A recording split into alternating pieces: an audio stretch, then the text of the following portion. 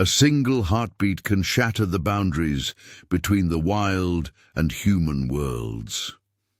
For Sarah Mitchell, that heartbeat thundered through her chest on a crisp autumn morning in the rugged wilderness of Montana's Glacier National Park. As frost crystallized on fallen leaves and the first rays of dawn painted the sky in shades of amber, she had no idea this ordinary morning would become a testament to the extraordinary power of compassion that transcends species. Before we jump back in, tell us where you're tuning in from. And if this story touches you, make sure you're subscribed, because tomorrow I've saved something extra special for you.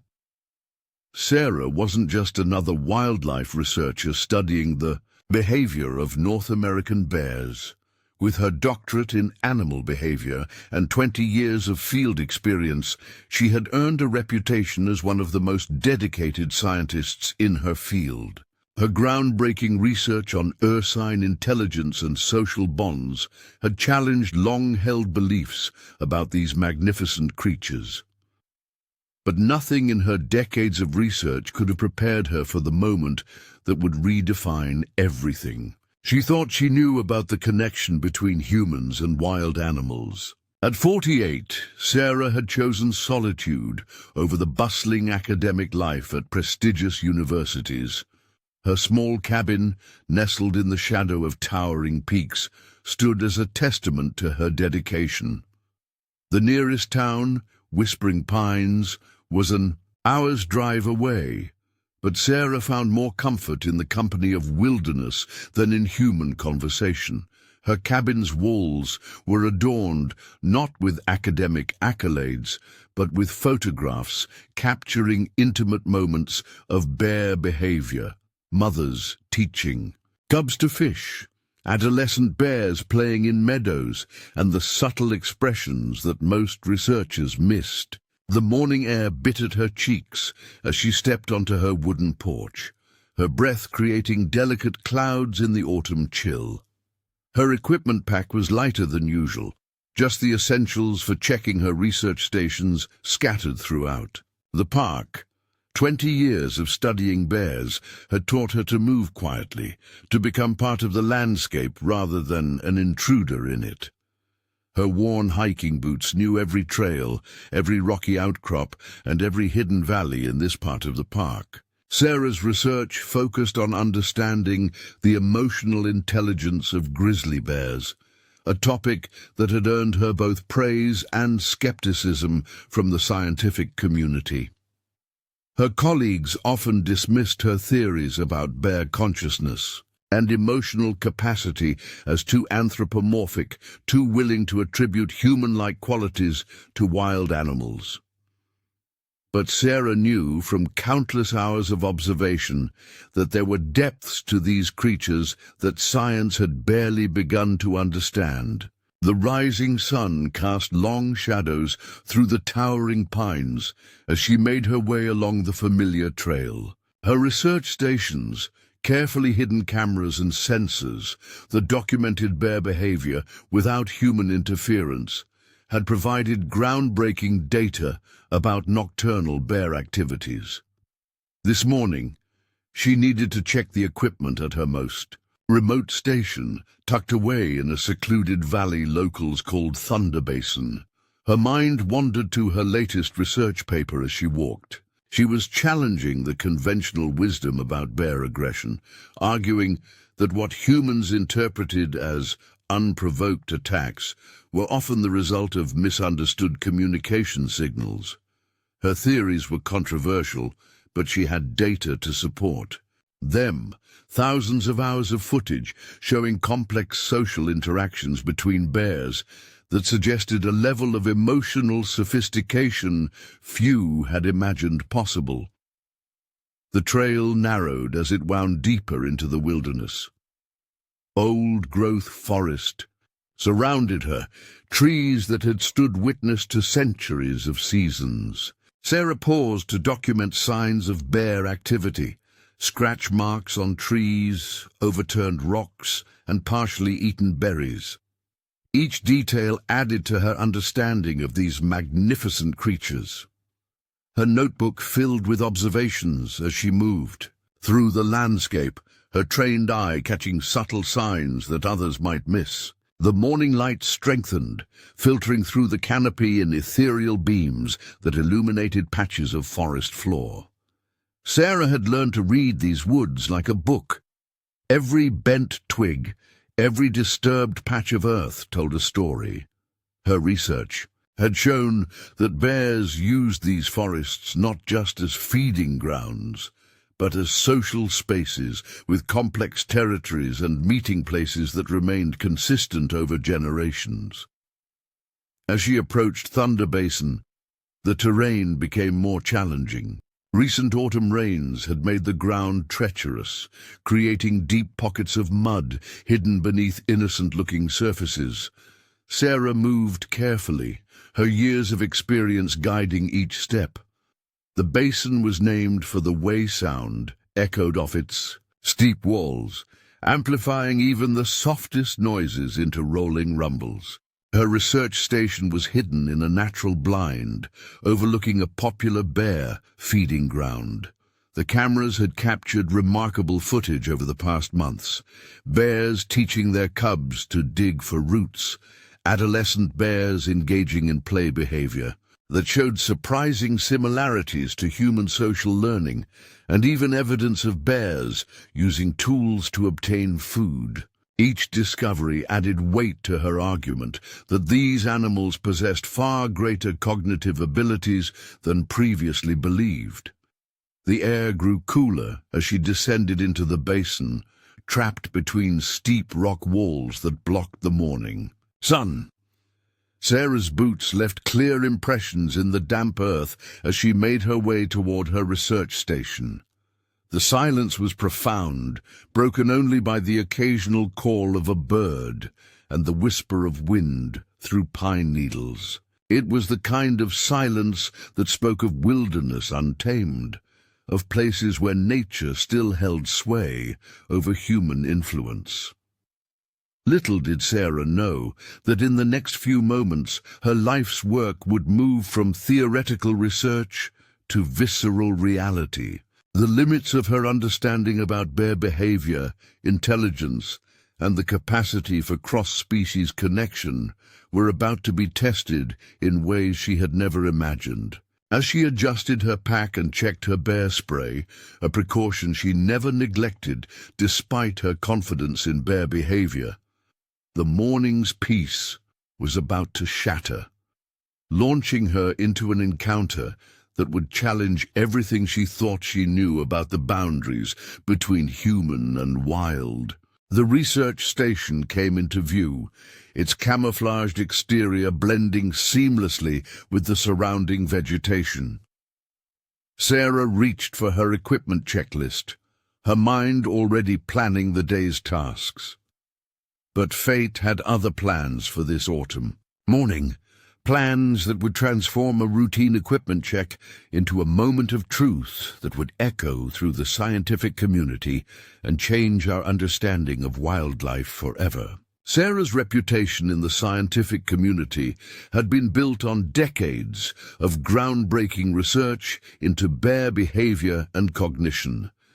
Her journey from promising graduate student to renowned wildlife researcher had been marked by controversial theories that challenged conventional wisdom about animal intelligence. While her colleagues focused on quantifiable data and behavioral statistics, Sarah had always sensed there was something deeper to understand about these magnificent creatures. Her cabin in Glacier National Park stood as a testament to her dedication. Unlike the sterile research facilities preferred by her peers, Sarah had chosen to immerse herself completely in the world she studied. The cabin's walls told the story of her career through carefully preserved photographs, bears teaching their cubs to fish, complex social interactions between different family groups, and moments of surprising intelligence that had sparked her most controversial theories. The morning light filtered through the frost-covered windows, casting long shadows across her research station. Multiple monitors displayed live feeds from cameras strategically placed throughout her study area, each capturing different aspects of bear behavior. Her latest project focused on documenting evidence of emotional intelligence in grizzlies, a subject that had earned her both acclaim and skepticism from the scientific community. Sarah's morning routine reflected her deep connection to the wilderness she studied. Each piece of equipment was checked with methodical precision, her movements deliberate and practiced. 20 years in the field had taught her that understanding bears required more than just observation. It demanded a level of respect and patience that many researchers never developed. The autumn air carried the crisp scent of pine and approaching winter as Sarah prepared for another day of field research. Her pack contained the usual equipment: high-resolution cameras, biological sampling tools, and her precious field journals filled with observations that challenged traditional understanding of bear behavior. But it also held something more personal, a deep conviction that these creatures possessed levels of intelligence and emotional complexity that science was only beginning to understand. Her research station in Thunder Basin represented the culmination of years of careful planning. Unlike traditional wildlife observation posts, Sarah had designed her equipment to be minimally invasive, allowing bears to behave naturally without human interference. The technology was cutting edge, but it served a more profound purpose: capturing evidence of bear intelligence that went beyond simple instinct and learned behavior. As she checked her satellite uplink to the main research facility, Sarah reflected on the paper she was preparing for publication. Her latest findings suggested that bears possessed sophisticated problem-solving abilities and emotional intelligence that rivaled that of great apes.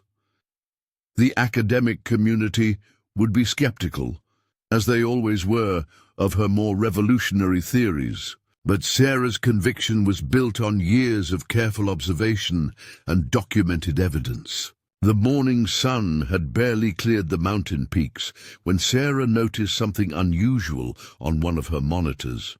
A female bear she had been studying, designated as Subject Aurora due to her distinctive white chest marking, was displaying behavior that seemed to defy conventional understanding. Instead of the typical morning foraging pattern, Aurora appeared to be deliberately investigating one of the research cameras, showing a level of curiosity that suggested conscious awareness of being observed. Sarah's fingers flew across her keyboard, documenting every detail of this unexpected behavior. Her years of research had shown her that these moments, when bears demonstrated awareness beyond simple instinct, were crucial to understanding their true cognitive capabilities. Aurora's actions suggested a level of metacognition that would challenge everything science thought it knew about ursine intelligence. The research station's sophisticated equipment captured every nuance of Aurora's behavior. The bear's movements showed purpose and deliberation, her investigation of the camera equipment displaying a level of careful curiosity that Sarah had rarely seen. This wasn't the random exploration of a simple creature. It suggested conscious decision-making and deliberate investigation. As Sarah prepared to head into the field, she reviewed her emergency protocols one final time. Years of experience had taught her that respect for these powerful creatures meant always being prepared for unexpected encounters. Her bear spray was secured at her hip, though she had never had to use it. Her understanding of bear behavior had always been her best protection in the field. The morning air was sharp with frost as Sarah stepped onto her cabin's porch.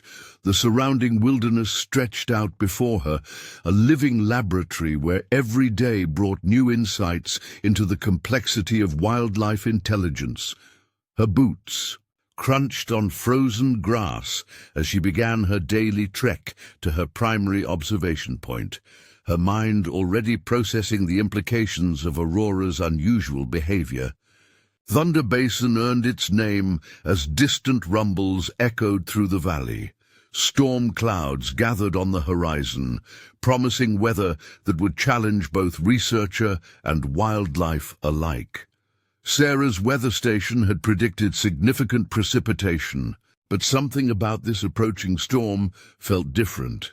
The air held an electric tension that seemed to affect the entire ecosystem. Preparing and narrating this story took us a lot of time, so if you are enjoying it, subscribe to our channel. It means a lot to us. Now back to the story. Her path took her through areas she had carefully mapped over years of research. Each location held memories of discoveries that had gradually built her understanding of bear intelligence. Here was where she had first documented tool use in wild bears. There was where she had observed complex social hierarchies forming between different family groups. Every step reinforced her conviction that these creatures possessed depths of intelligence that science was only beginning to comprehend. The research station's remote cameras continued to transmit data to her tablet as she walked. Each feed showed different aspects of the morning's wildlife activity, but Sarah's attention remained fixed on Aurora's unusual behavior. The bear's movements suggested she was searching for something, her normal foraging pattern replaced by what appeared to be purposeful exploration. Sarah's mind raced with the implications of what she was observing. If Aurora was demonstrating conscious awareness of human observation equipment, it would support her theories about advanced cognitive capabilities in bears.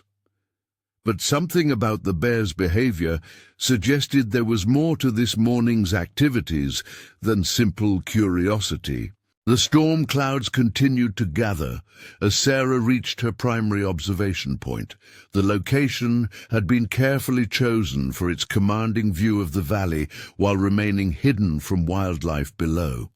Her equipment here was more sophisticated than the remote cameras.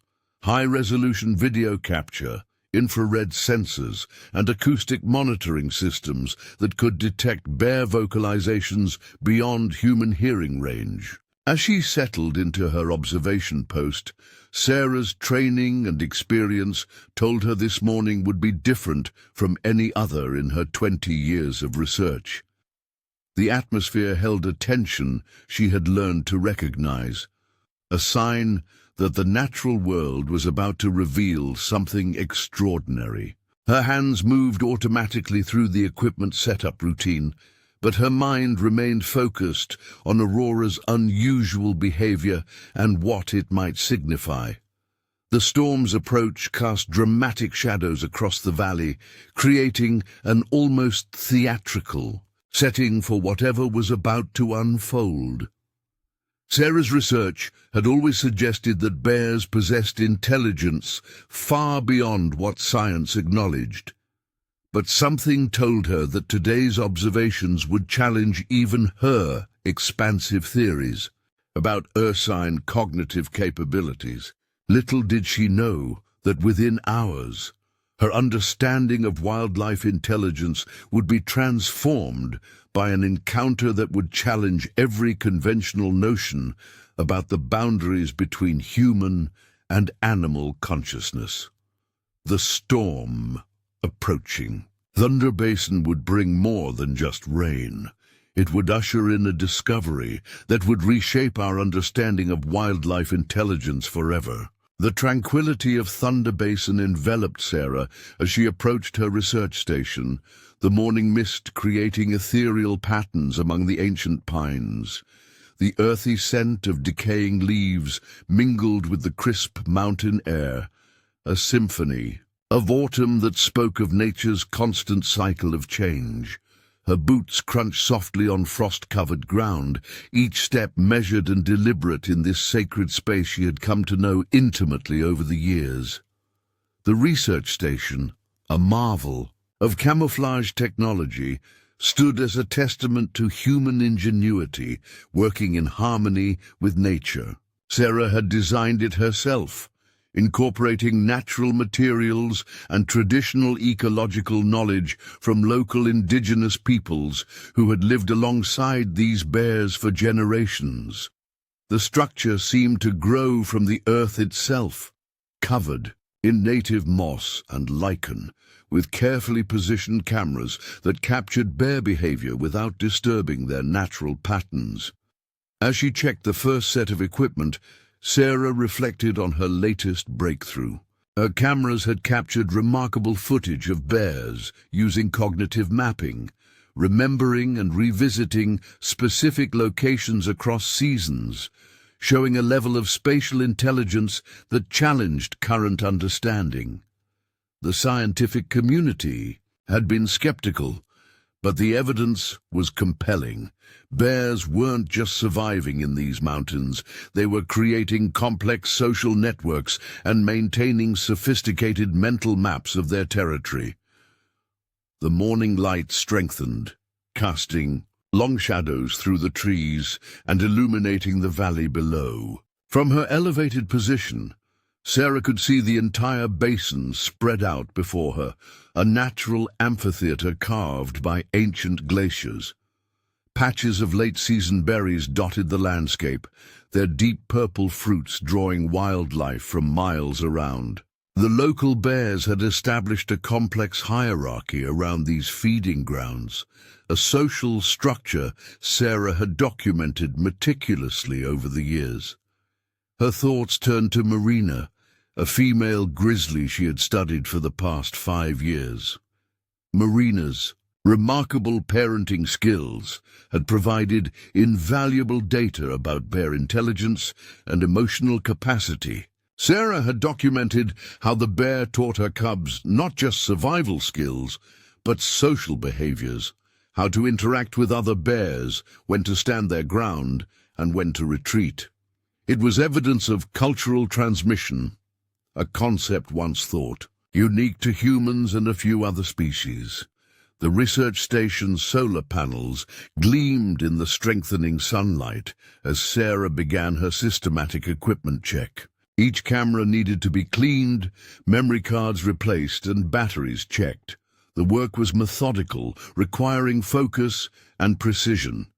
She had just finished adjusting the angle of a motion sensor when something caught her attention. A subtle change in the forest's rhythm.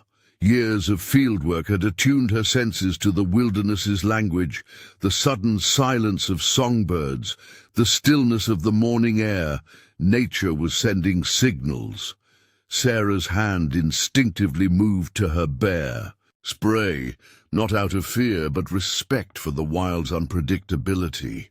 Her research had taught her that most bear encounters ended peacefully when humans remained calm and aware. The silence deepened, broken only by the soft whisper of wind through pine needles. Sarah's trained ear picked up something else, a sound that seemed out of place in the morning's natural symphony.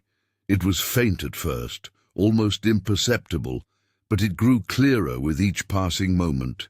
The sound carried a note of distress that made her heart race, not with fear, but with professional curiosity and concern. Moving with calculated precision, Sarah retrieved her binoculars from her pack. The optics were state-of-the-art, designed for wildlife observation in low-light conditions. She scanned the valley systematically, her movements slow and deliberate. The sound came again, clearer now. A cry that spoke of fear and desperation, but with a distinctly ursine quality that Sarah recognized immediately. It was a bear cub, and it was in trouble. The basin's unique acoustics made it challenging to pinpoint the sound's origin.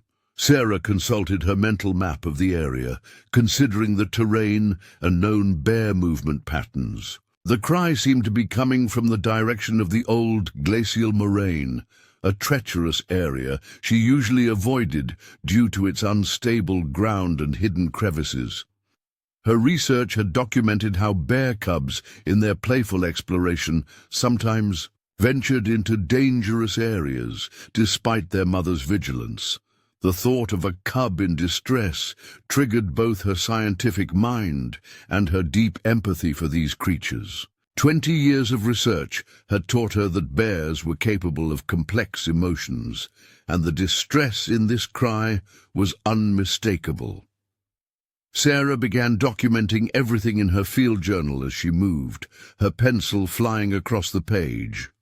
Every detail could be valuable. The time, weather conditions, the nature of the cries. Her research had always emphasized the importance of detailed observation, even in crisis situations. The morning sun had risen higher, burning away the last wisps of mist and revealing the landscape in sharp detail. The terrain became more challenging as she approached the moraine. Ancient ice had left behind a chaotic landscape of loose rock and unstable soil. Sarah moved carefully, testing each step before committing her weight. Her boots, worn from countless hours in the field, found secure purchase on the treacherous ground. The cub's cries grew more distinct, guiding her forward, while raising urgent questions in her mind. Where was the mother? Why hadn't she responded to her cub's distress? Years of research had shown her that mother bears rarely strayed far from their cubs during autumn foraging. The absence of the mother was concerning, suggesting either the cub had wandered far from its mother's protective watch, or something had prevented the mother from responding. Sarah's hand tightened on her bear spray, not out of fear, but preparedness. She knew better than anyone that a mother bear's protective instincts could transform her into a force of nature. The moraine's surface was a maze of depressions and ridges, each potentially hiding dangers beneath seemingly solid ground. Sarah's research had documented how seasonal weather patterns affected this terrain, creating hidden pockets and unstable areas. She moved forward methodically, her experienced eye reading the landscape for signs of recent disturbance or movement. The morning light revealed subtle changes in the ground's texture, areas where rain had undermined the soil's stability, creating treacherous pockets beneath an innocent-looking surface. Sarah's research had included mapping these danger zones, knowledge that proved invaluable now as she navigated toward the increasingly desperate cries. 20 yards ahead, the ground dipped sharply into a natural bowl formation. Sarah approached cautiously, her boots finding secure purchase on the unstable slope. What she saw made her catch her breath, a sight that would put all her years of research and understanding of bear behavior to the ultimate test. In that moment, the line between scientist and savior began to blur, setting the stage for an encounter that would challenge everything she thought she knew about the relationship between humans and wild animals. The morning sun cast long shadows across the depression, highlighting the desperate situation before her. Sarah's years of experience had prepared her for many things, but what she saw now would require every bit of knowledge, courage, and understanding she had gained in her decades of research. The next few moments would not just test her theories about bear intelligence and emotion, they would transform them into lived experience. Sarah's morning routine had always been a dance with wilderness, but today that dance took on a different rhythm as she stood at the edge of what appeared to be a natural sinkhole. The depression was deeper than she'd initially thought, its walls smooth and treacherous from recent rains. At the bottom, partially obscured by shadow, a young grizzly cub was fighting for its life in a mixture of mud and trapped rainwater. The sight triggered an immediate conflict between her scientific training and human instinct. Her research had always emphasized minimal interference with natural processes, letting nature take its course while documenting the outcomes. But this situation challenged those principles. The cub, no more than 6 months old, judging by its size, was already showing signs of exhaustion. Its usually thick brown fur was matted with dark mud, and its movements were becoming increasingly desperate. Sarah's mind raced through her vast database of bear behavior knowledge. Cubs this age should still be with their mothers, learning crucial survival skills for the approaching winter. The absence of the mother bear was both concerning and puzzling. Her research had shown that mother bears would move heaven and earth to reach their cubs in distress. The fact that this cub was alone suggested something had disrupted the natural order. The morning sun had risen higher, illuminating the scene in harsh detail. The cub's struggles created ripples in the muddy water, each movement seeming weaker than the last. Sarah's equipment pack felt suddenly heavy with possibility. Inside were tools meant for research, strong ropes for securing cameras in high places, a collapsible pole for measuring bear markings on trees, and various other implements that might now serve a different purpose. Drawing on her years of experience, Sarah began a rapid assessment of the situation. The sinkhole's walls were roughly 15 feet deep, with an overhang that would make it impossible for the cub to climb out on its own. The mud at the bottom appeared to be acting like quicksand, slowly but inexorably pulling the young bear deeper. Time was a critical factor now. Her research had documented cases of bears showing remarkable problem-solving abilities, but this cub was too young and too exhausted to figure out an escape. Sarah watched as it made another attempt to gain purchase on the slick walls, its small claws leaving futile scratches in the clay-like surface. The sight stirred something deep within her, a recognition that sometimes the line between observer and participant had to be crossed. Using her field journal, Sarah quickly sketched the layout of the sinkhole, marking potential anchor points and calculating angles. Her scientific mind refused to abandon methodology even in crisis. She noted the time, temperature, and weather conditions, data that might prove valuable not just for rescue, but for understanding how such natural traps formed. The cub let out another cry, weaker than before, the sound echoing off the sinkhole's walls. Sarah's research had analyzed different types of bear vocalizations, categorizing them by meaning and context.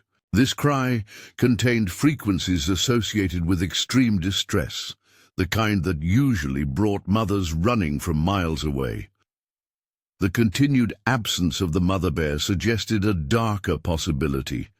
Something might have happened to her. Sarah began unpacking her equipment with methodical precision.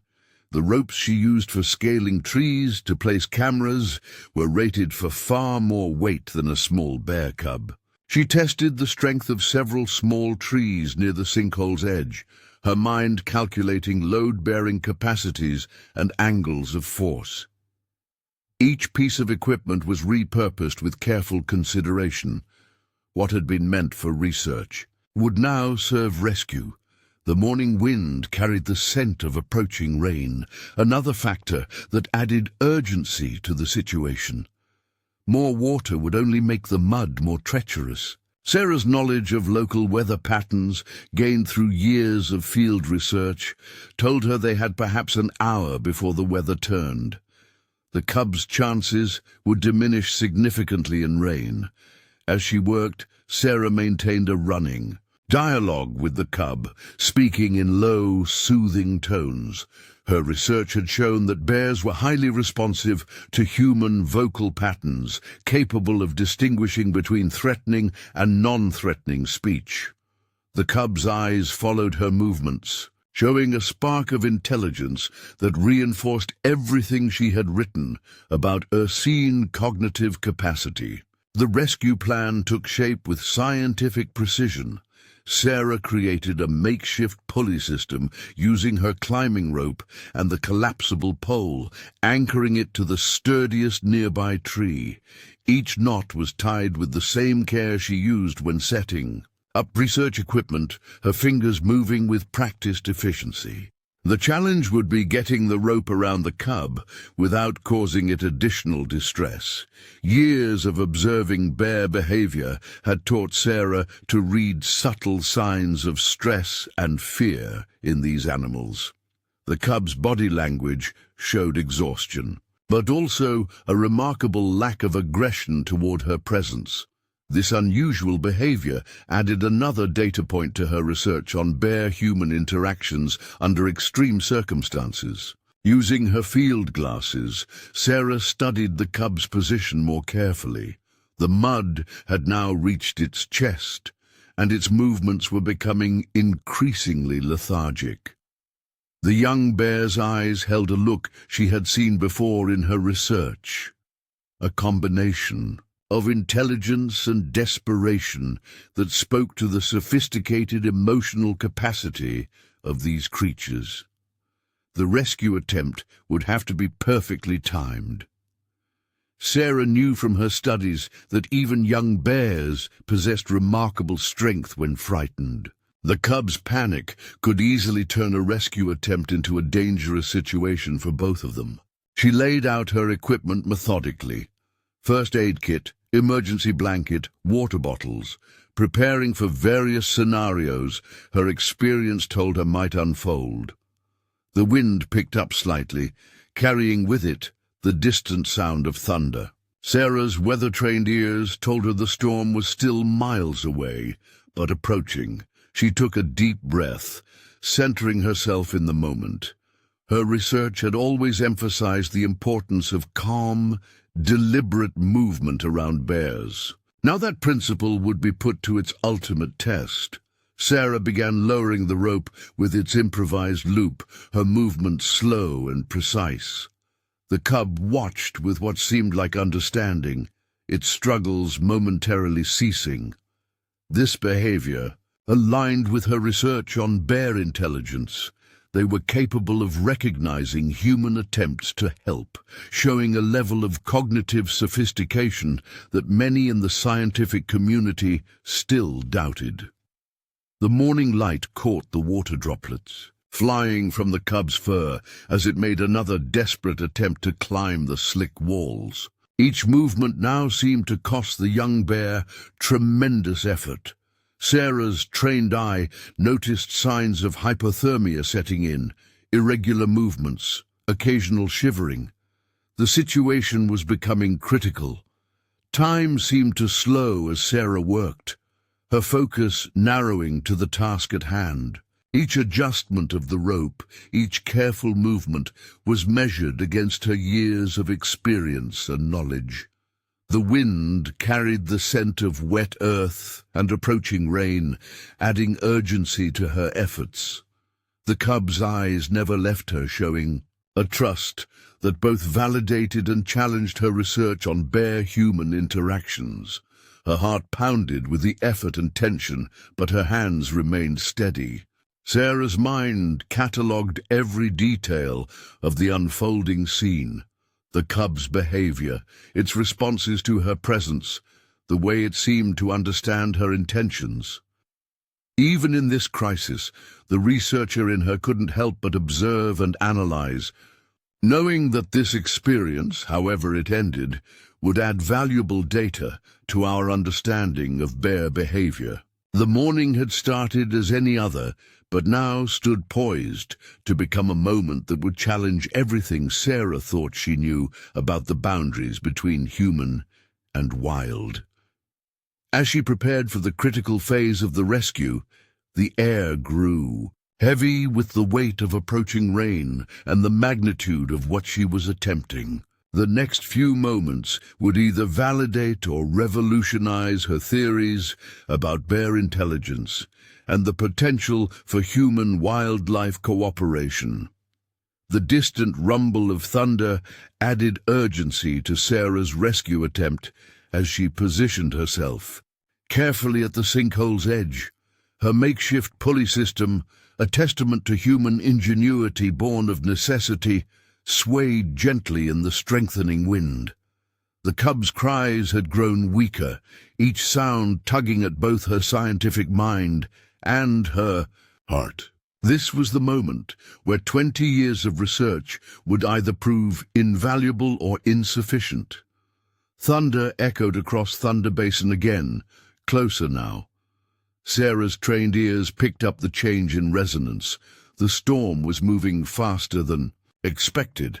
She had perhaps 30 minutes before the rain would make any rescue attempt exponentially more dangerous. The cub seemed to sense the urgency too, its dark eyes following her movements with an intelligence that reinforced everything she had written about ursine cognitive abilities. The mud pit's surface had taken on an ominous sheen, reflecting the increasingly dark sky above. Sarah's research had shown how these natural traps formed, years of erosion, creating underground cavities that eventually collapsed, filled with a mixture of clay, water, and organic matter that could trap even the strongest animals.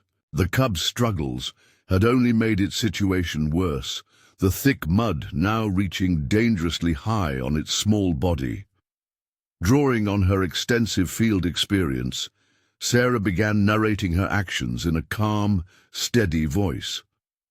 Her research had demonstrated that bears could differentiate emotional states through human vocal patterns. The cub's response was immediate. Its frantic movements slowed, its attention focused on her words. This behavior confirmed her theories about bear intelligence and their ability to recognize human attempts to help. Sarah's hands moved with practiced precision as she adjusted the rescue rope. The makeshift harness she had created needed to be perfect.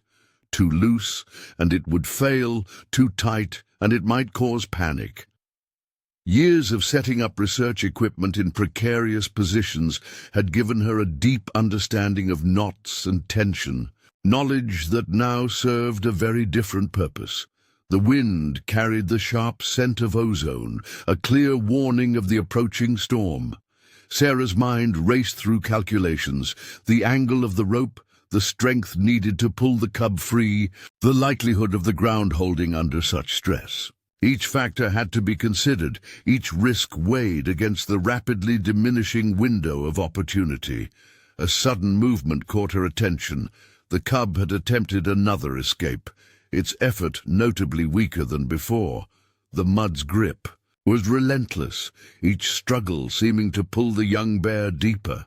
Sarah could see exhaustion setting in, the cub's movements becoming increasingly uncoordinated. Hypothermia was becoming a real concern, the cold mud sapping vital body heat. Taking a deep breath, Sarah began lowering the rope with its carefully crafted loop. Her movements were slow, deliberate, choreographed to appear as non-threatening as possible. The cub watched with remarkable focus, its behavior suggesting a level of understanding that would have fascinated her colleagues in the research community. This was cognitive sophistication in action, a real-time demonstration of bear's ability to recognize help in unexpected forms. The first attempt to position the loop failed. The mud's consistency made it difficult to maintain the proper shape. Sarah adjusted quickly, her mind already formulating alternative approaches. Her research had always emphasized the importance of adaptability in the field, and now that principle took on new urgency. Each failed attempt meant precious minutes lost, energy the cub couldn't afford to waste. Lightning flashed across the sky, followed almost immediately by a crack of thunder that echoed through the basin. The storm was nearly upon them. Sarah's knowledge of local weather patterns told her this wasn't just a passing shower. The atmospheric pressure indicated a significant system moving through. Time was running out. On the fourth attempt, something changed. The cub, perhaps understanding this was its last chance, remained remarkably still as the rope descended. Sarah's heart raced as she watched the loop settle perfectly around the cub's chest just behind its front legs. This was the moment. Everything would depend on what happened next. Speaking softly, constantly, Sarah began the delicate process of tightening the loop. Her voice seemed to have an almost hypnotic effect on the cub, keeping it calm despite what must have been a frightening situation. This behavior added another fascinating data point to her research on bear-human communication, though documentation would have to wait. The first pull on the rope met with fierce resistance from the mud.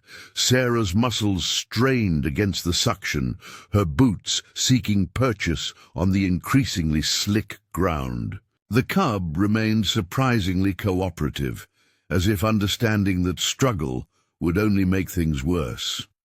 This level of comprehension aligned perfectly with her research on bear intelligence, though seeing it demonstrated in such extreme circumstances was extraordinary.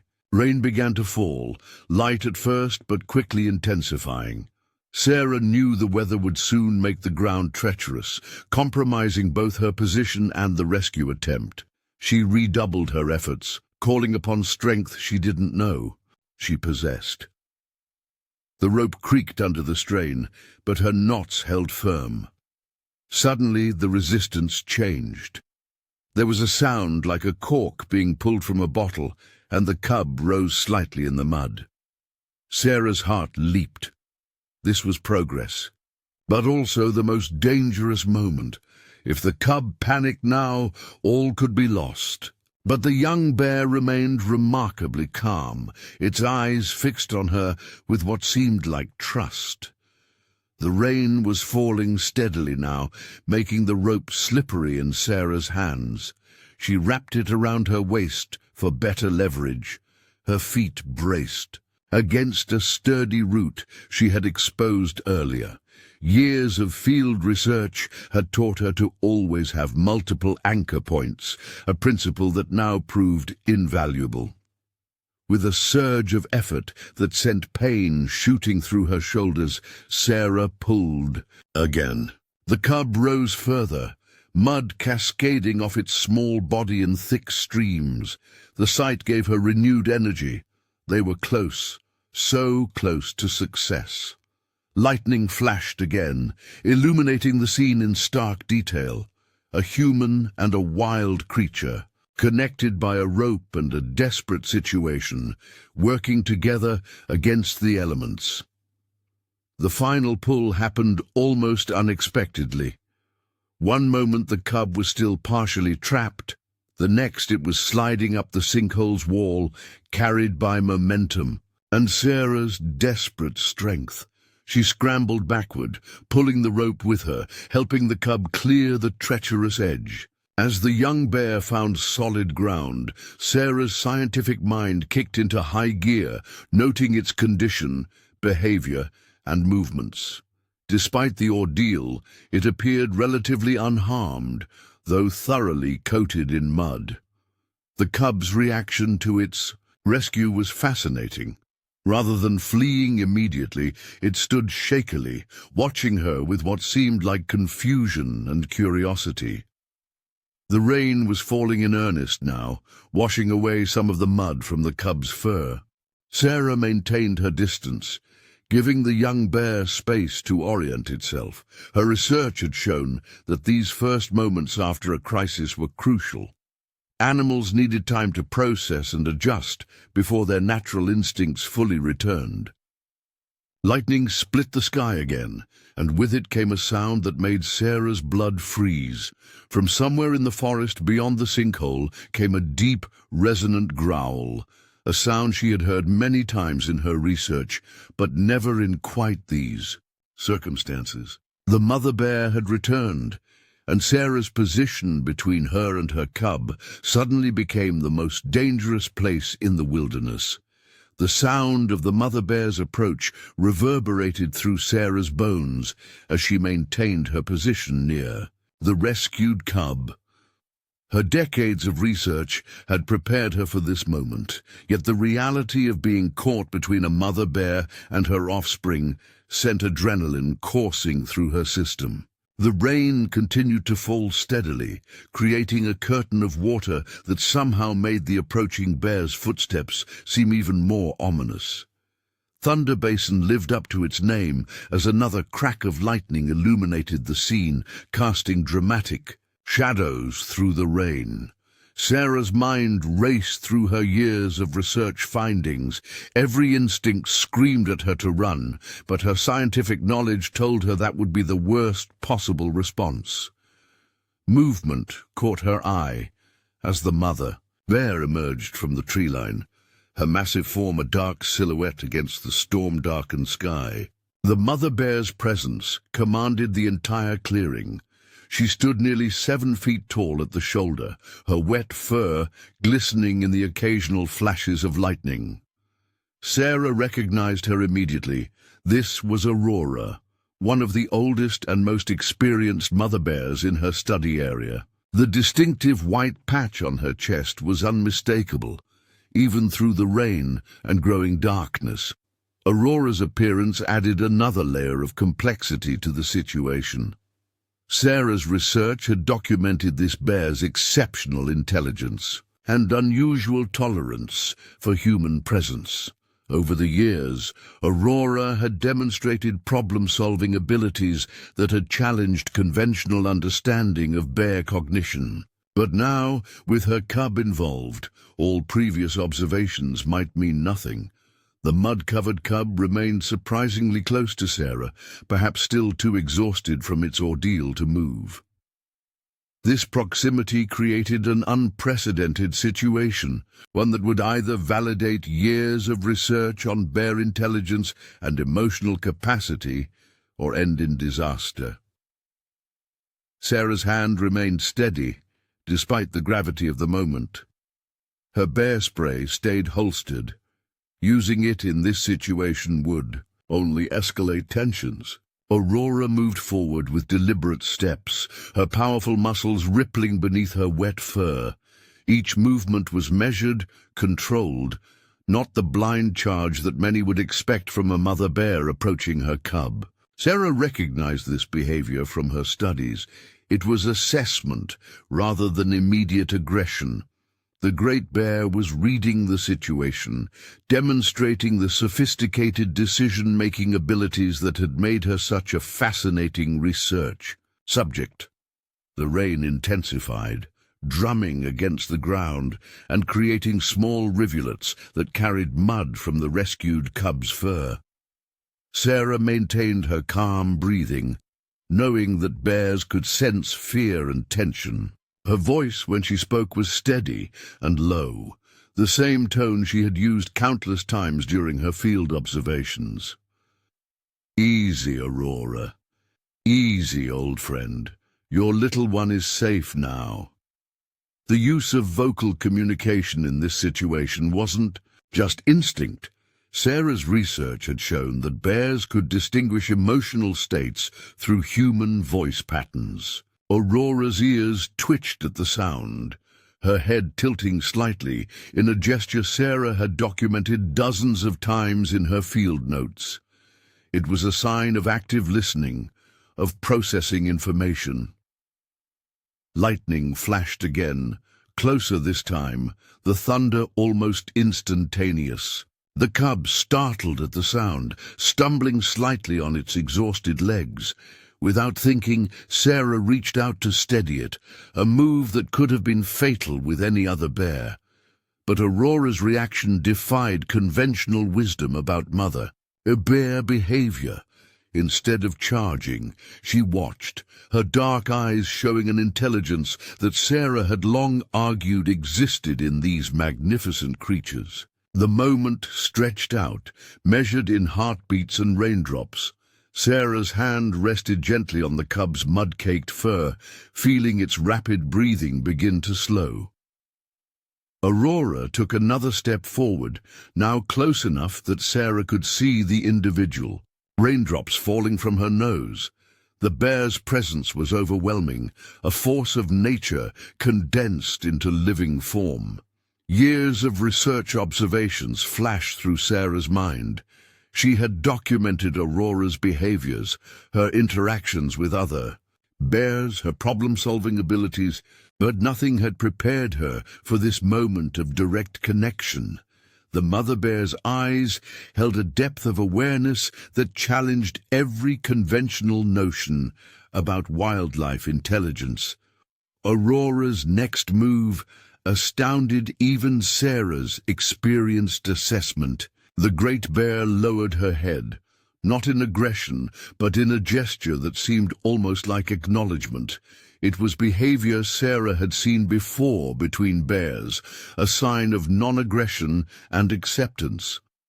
But to see it directed at a human was unprecedented. The cub, gaining strength, moved toward its mother with shaky steps. Sarah's hand fell away from its fur, but the young bear paused, turning to look at her with an expression that seemed to hold recognition.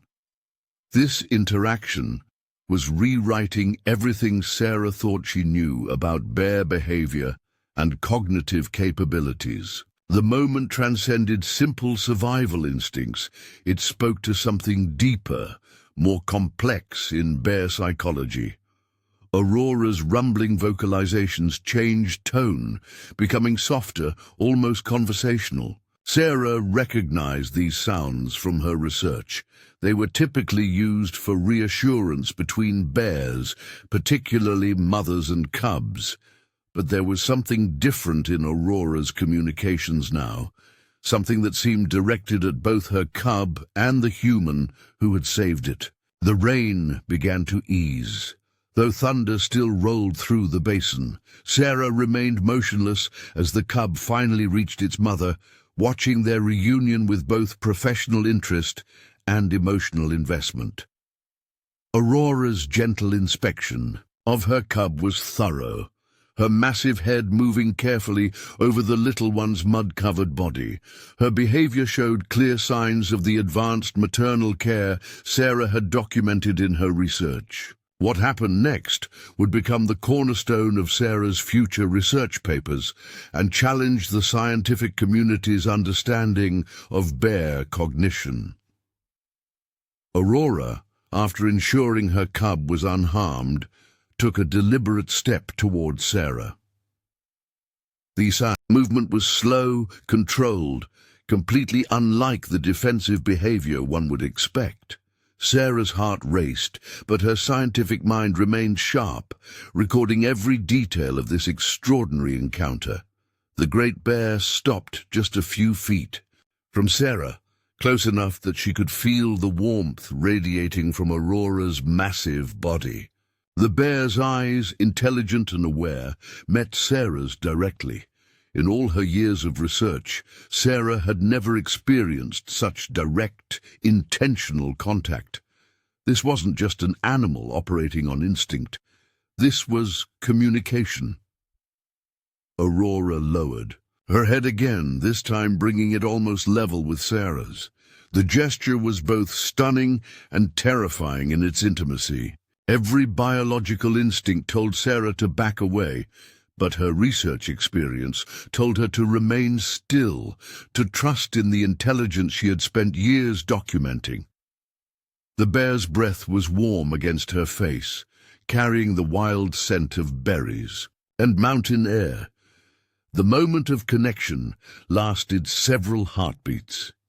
In Aurora's eyes, Sarah saw something that would forever change her understanding of wildlife consciousness. There was recognition there, and something more, a level of awareness and intelligence that transcended the traditional boundaries between human and wild animal. This wasn't just a bear tolerating human presence. This was active, conscious engagement. Slowly, deliberately, Aurora pulled back. Her movements remained calm, controlled, showing none of the aggression typically associated with close bear encounters. She made a soft, churring sound to her cub, who responded immediately, moving to her side with more strength in its steps. The mud was beginning to dry on its fur, creating an almost comical appearance that belied the seriousness of its recent ordeal. The rain had finally stopped, though water still dripped from the surrounding trees. Mother and cub began to move away, their movements unhurried, almost graceful despite their size. Aurora paused at the edge of the clearing, turning to look back at Sarah one final time.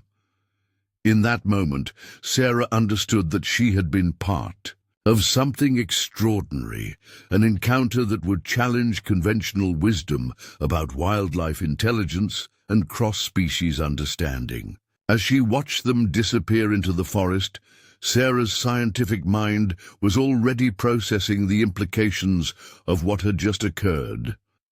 This encounter would provide valuable data about bear cognition, emotional intelligence, and the potential for meaningful human-wildlife interaction. But beyond the scientific significance, she had experienced something profound, a moment of connection that transcended the traditional boundaries between observer and subject. The aftermath of the encounter left Sarah standing in the clearing, her clothes soaked from the rain and her mind racing with the implications of what had just transpired. The storm had passed, leaving behind a transformed landscape bathed in ethereal post-rain light. Steam rose from the ground, where sunlight broke through the clouds, creating an almost mystical atmosphere that matched the extraordinary nature of her experience. Her scientific training kicked in automatically as she began documenting everything while the details were fresh. Her waterproof field journal, a constant companion through years of research, now held what might be the most significant observations of her career. Her hands moved rapidly across the pages, recording not just the physical details of the encounter, but the subtle nuances of behavior that challenged conventional understanding of bear intelligence. The mud pit that had nearly claimed the cub's life now looked deceptively innocent, its surface smoothed by the recent rain. Sarah approached it cautiously, noting how the water level had risen. Her rescue attempt had come just in time. The conditions now would have made any rescue impossible. The thought sent a shiver through her that had nothing to do with her wet clothes. Moving methodically around the clearing, Sarah began collecting physical evidence. She photographed the bear's footprints before they could be erased by the elements, paying special attention to Aurora's prints near where they had shared that remarkable moment of connection. The size and depth of the impressions would help validate her account, though she knew that the most extraordinary aspects of the encounter would face skepticism from the scientific community. As she worked, Sarah's mind was already formulating the framework for a groundbreaking paper. This encounter wasn't just about a dramatic rescue, it represented a fundamental challenge to our understanding of ursine cognitive capabilities. Aurora's behavior, in particular, demonstrated levels of emotional intelligence and decision-making that went far beyond current scientific consensus. The sun emerged fully now, creating rainbow refractions in the lingering droplets on vegetation. Sarah expanded her documentation to include the environmental conditions that had led to this situation. The unusual weather patterns, the geological formation of the mud pit, the seasonal behavior patterns that had brought the bears to this area, every factor contributed to a deeper understanding of the event. Her research equipment, temporarily repurposed for rescue, needed attention. The ropes were caked with mud, but Sarah noticed something extraordinary. clear marks where Aurora's teeth had gently touched the rope during her inspection of her cub. This physical evidence of the bear's careful, controlled behavior would be crucial in supporting her observations.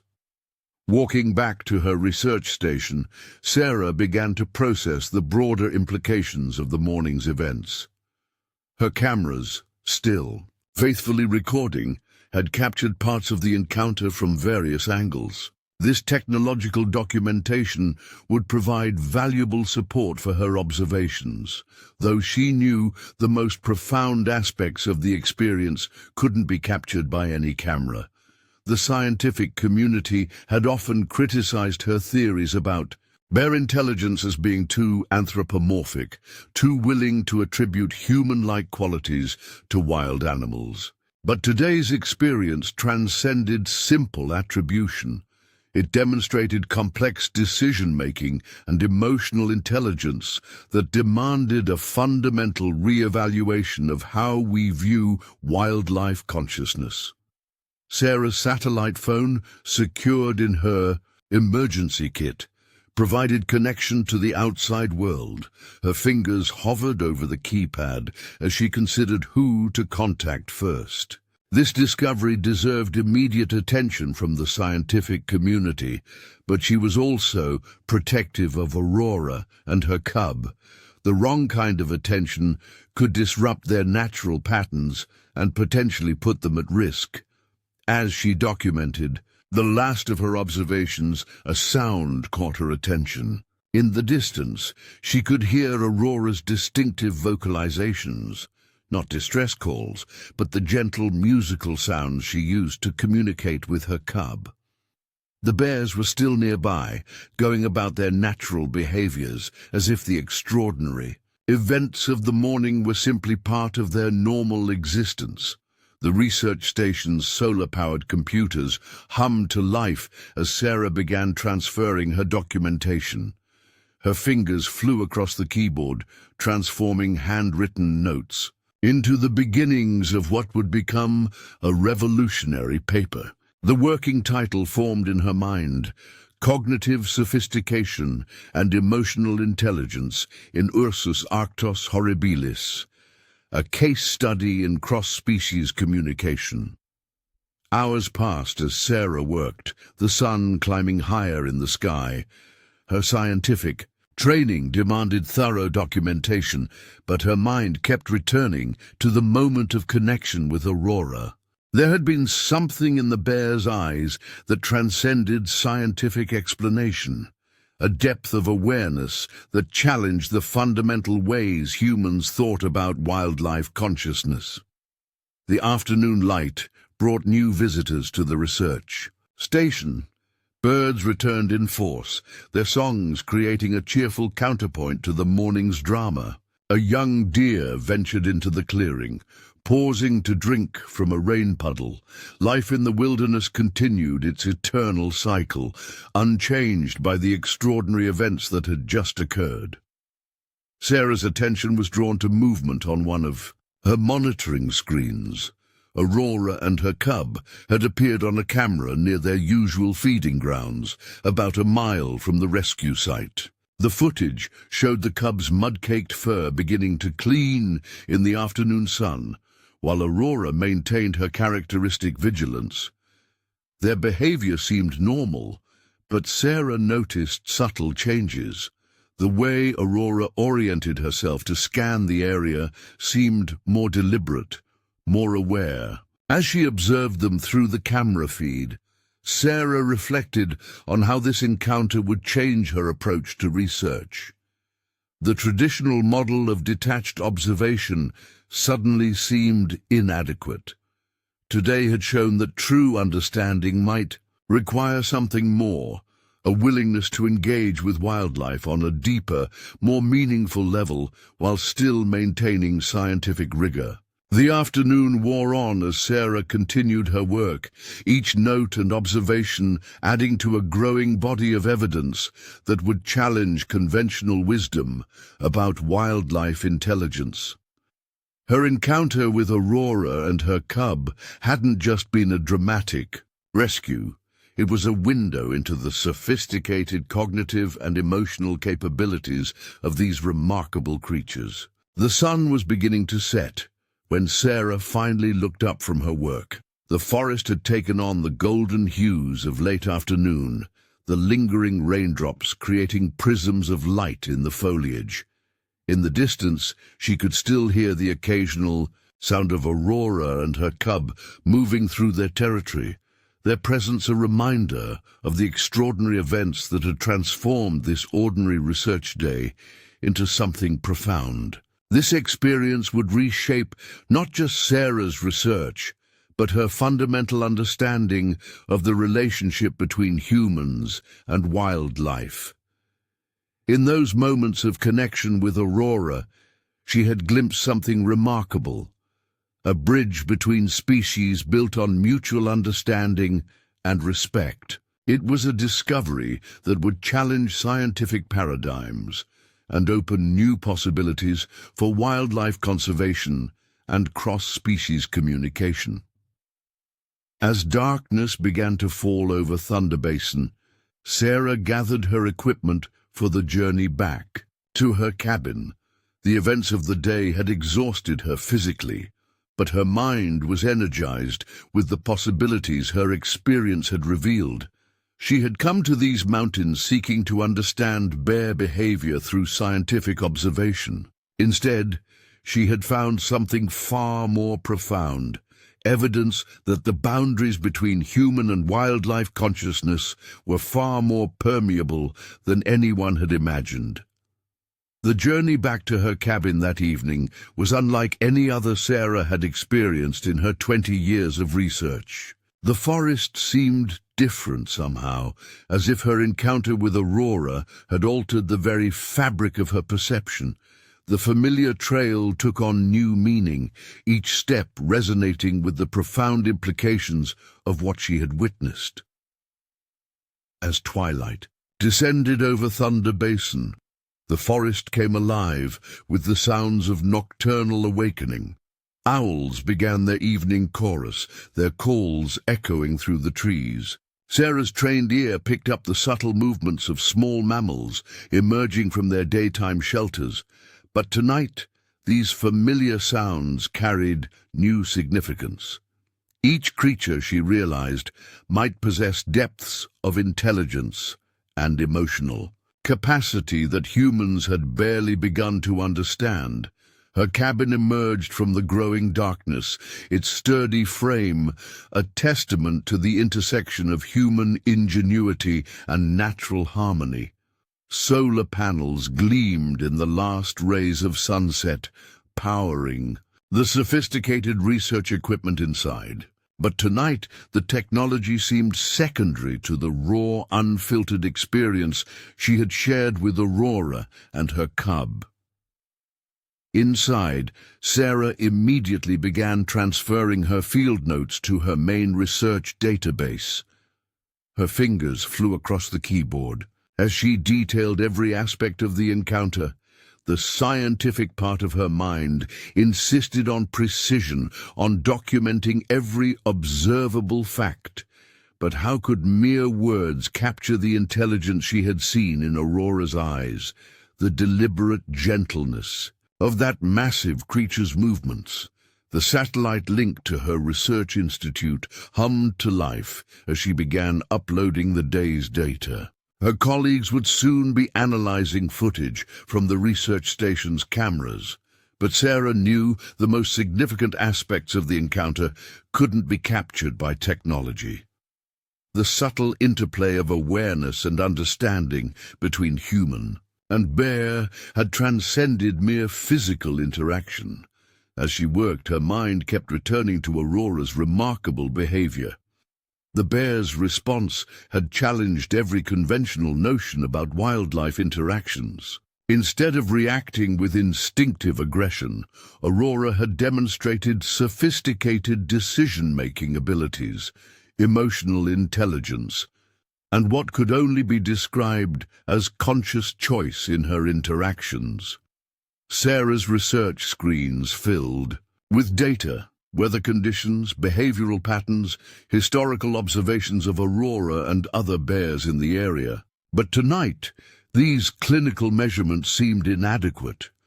How could algorithms and statistical analyses capture the profound moment of connection she had experienced?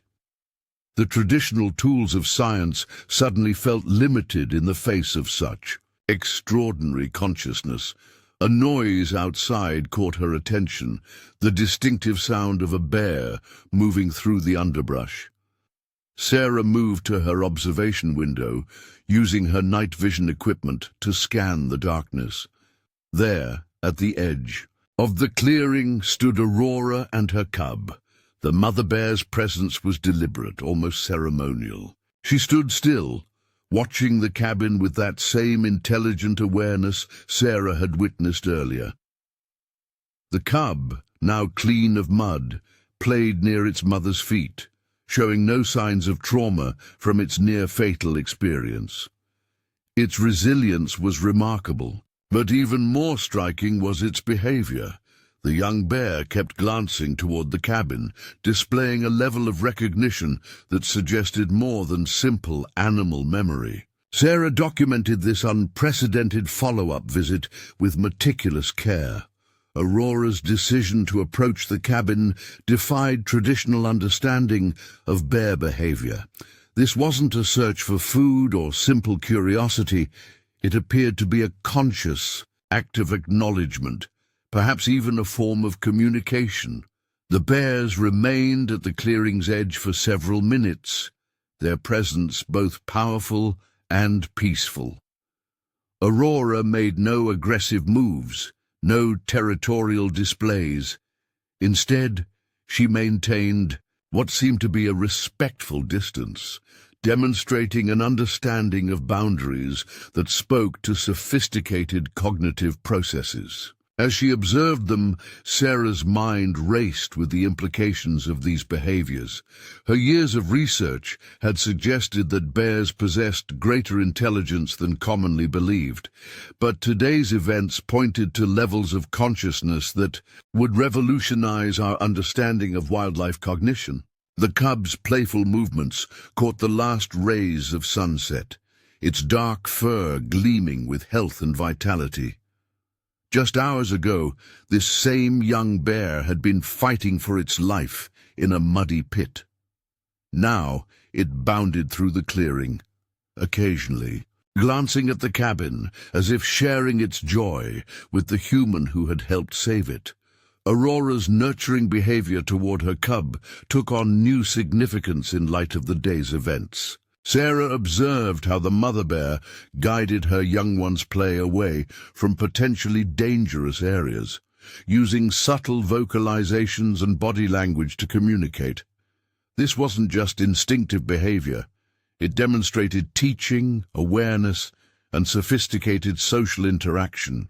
The night air carried the scent of pine and recent rain as Sarah continued her observations.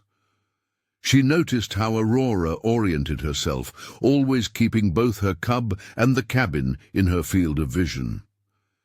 This spatial awareness and multi-focused attention suggested cognitive capabilities far beyond what current research acknowledged. Suddenly, Aurora made a soft sound, different from her usual vocalizations. The cub immediately responded, returning to its mother's side. Together, they turned to leave, but not before Aurora cast one final glance at the cabin. In that moment, Sarah felt again the profound connection she had experienced earlier. This wasn't just animal behavior. This was conscious, intentional interaction. As the bears disappeared into the darkness, Sarah returned to her research notes with renewed purpose. Her encounter had opened new avenues of understanding about wildlife intelligence and consciousness. The implications extended far beyond her specific field of study. This could fundamentally change how humans interact with and protect wild animals. The evening deepened into night as Sarah worked, organizing her observations into what would become a groundbreaking research paper. Her satellite connection transmitted data to colleagues around the world, but she knew the most important aspects of her discovery would require careful presentation. The scientific community could be skeptical of findings that challenged established paradigms. Outside, the forest settled into its nighttime rhythm. Occasional sounds reached her, the distant call of a wolf, the rustle of wind through pine needles, the soft movements of nocturnal creatures. Each sound reminded her that she was part of something larger, a complex web of life where intelligence and consciousness took many forms. Sarah's research screens displayed maps tracking Aurora's known territory, behavioral patterns, and previous interactions with humans. But tonight's encounter had added a new dimension to this data. The bear's visit to her cabin suggested a level of social recognition and intentional interaction that would require entirely new categories of research methodology. As midnight approached, Sarah finally allowed herself to rest, though her mind continued to process the day's extraordinary events. Her small cabin, filled with research equipment and academic papers, had become more than just a scientific outpost. It was now a point of connection between human and wildlife consciousness, a place where the traditional boundaries between observer and subject had been transcended. The next few days would bring challenges, skeptical colleagues demanding peer reviews, the need to translate profound experience into acceptable scientific language. But tonight, Sarah felt a deep sense of purpose and understanding. Her encounter with Aurora had revealed something extraordinary about the capabilities of wild creatures, and with it, the responsibility humans held to recognize and protect these remarkable beings. Through her cabin window, the stars wheeled. Overhead, their ancient light touching both human dwelling and wild forest. Somewhere in the darkness, Aurora and her cub continued their nighttime activities, their consciousness as real and complex as any humans.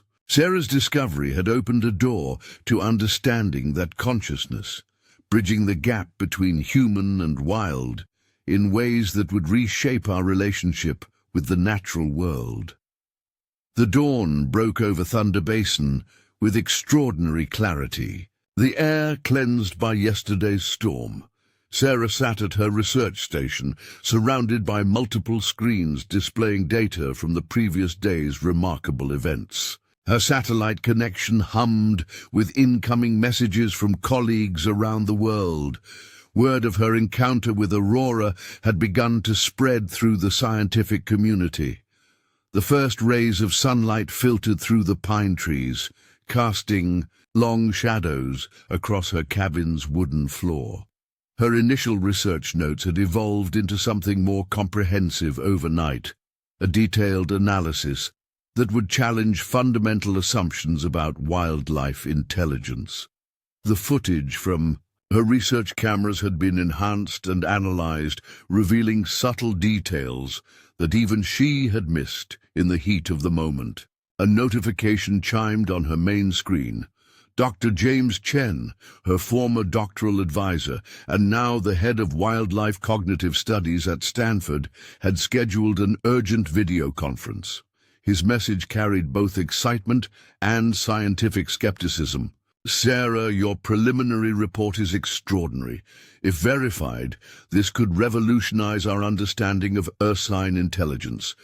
We need to discuss methodology and verification.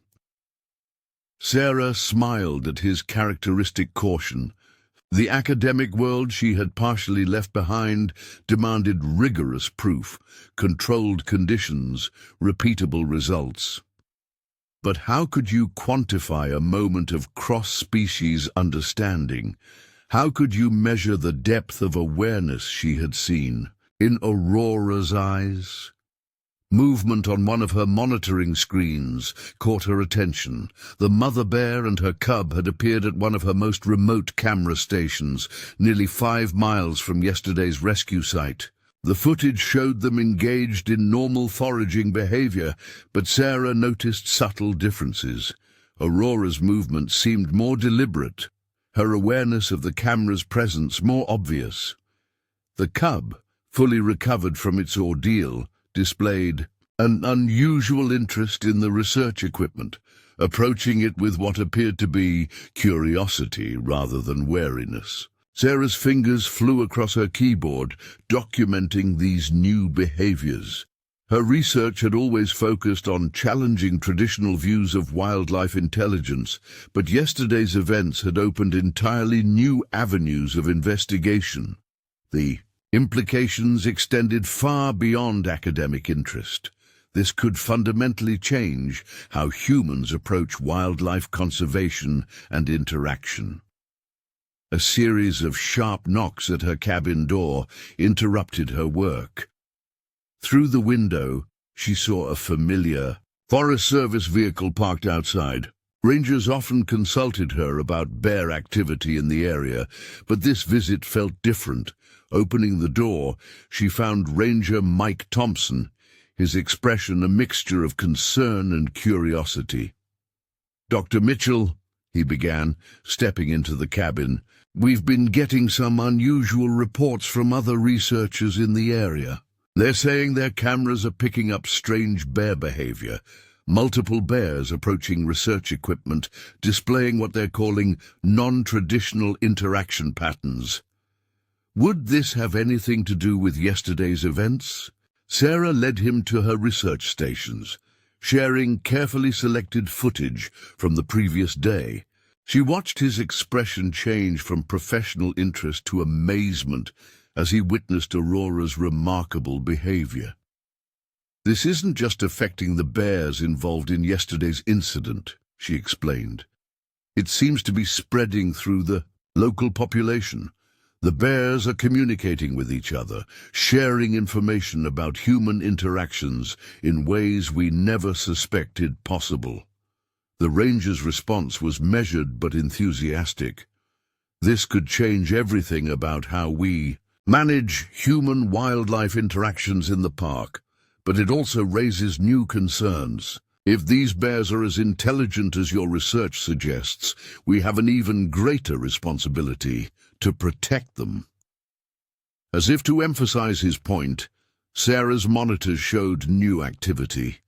A different female bear, one she had coded as B127 in her research, was displaying the same careful investigation of a camera station that Aurora had shown.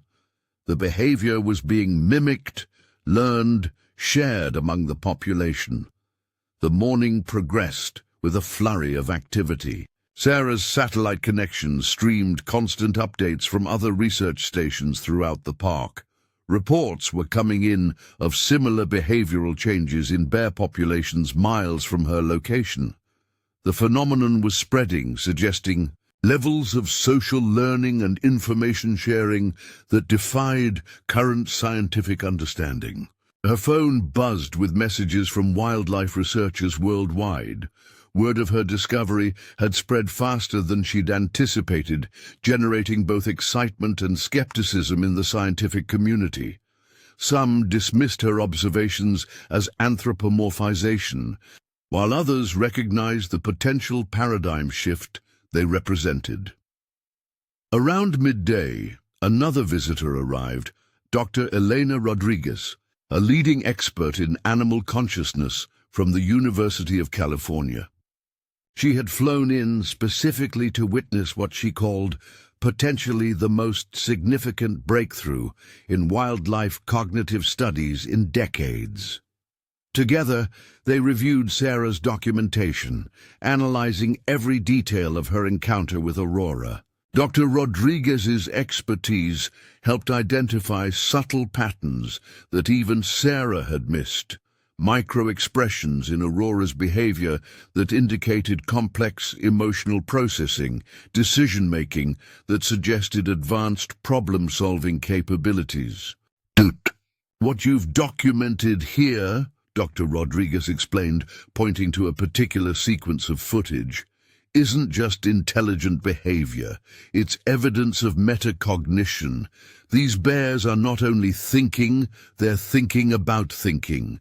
They're making conscious choices about how to interact with humans and technology.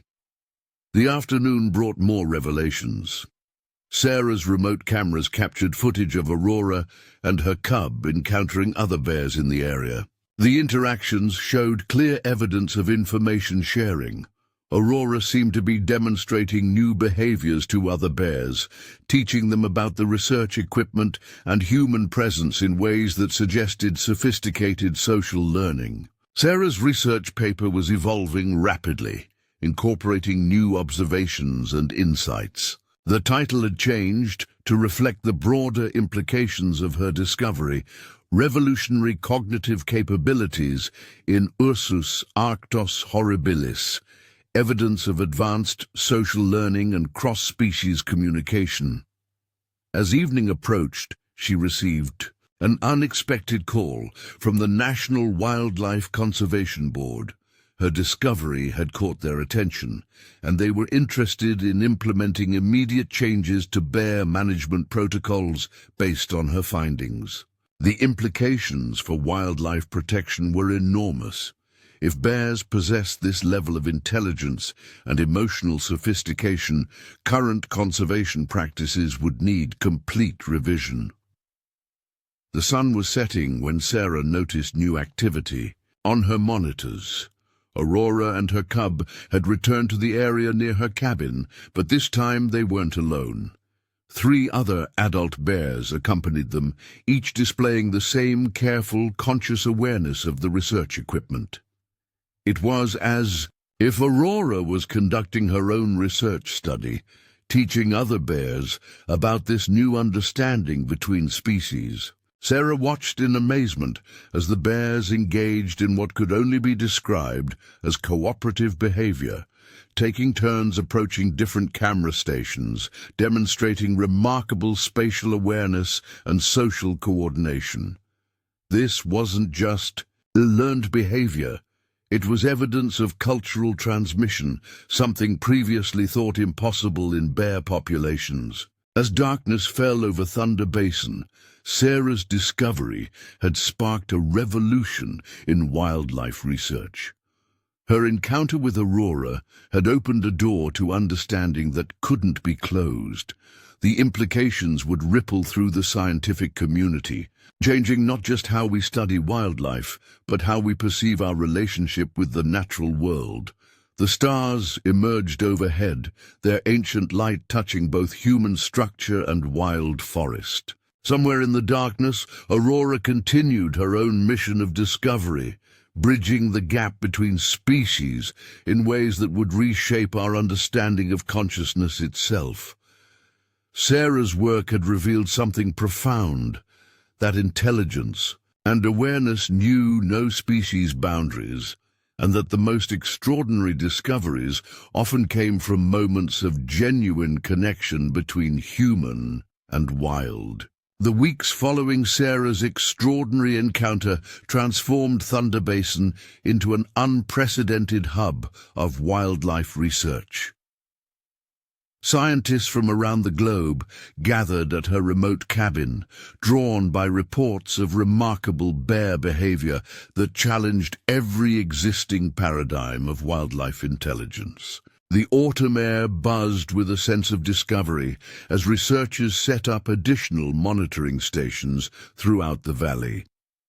Sarah's daily routine had evolved into a complex dance of observation and documentation. Each morning brought new revelations, as Aurora and her growing network of bears displayed increasingly sophisticated behaviors.